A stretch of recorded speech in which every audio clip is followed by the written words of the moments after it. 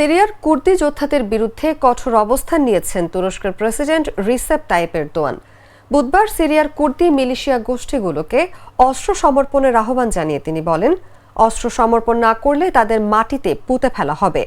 তুরস্ক দীর্ঘদিন ধরে কুর্দি ওয়াইপিজি মিলিশিয়াকে নিষিদ্ধ কুর্দিস্তান ওয়ার্কার্স পার্টির সম্প্রসারিত অংশ হিসেবে বিবেচনা করে আসছে।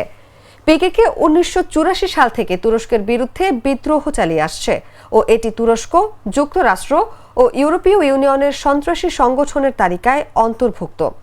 সিরিয়ায় আসাদ সরকারের পতনের পর থেকে আঙ্কারার বারবার জোর দিয়ে বলছে, কুর্দিপন্থী ওয়াইপিজি মিলিশিয়া গোষ্ঠীকে অবশ্যই বিলুপ্ত করতে হবে।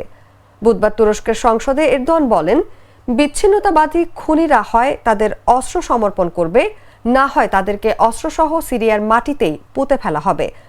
তিনি আরো বলেন, আমরা সেই সন্ত্রাসী সংগঠনকে নির্মূল করব যারা তুরস্ক ও কুর্দি জনগণের মধ্যে রক্তের প্রাচীর তৈরি করার চেষ্টা করছে।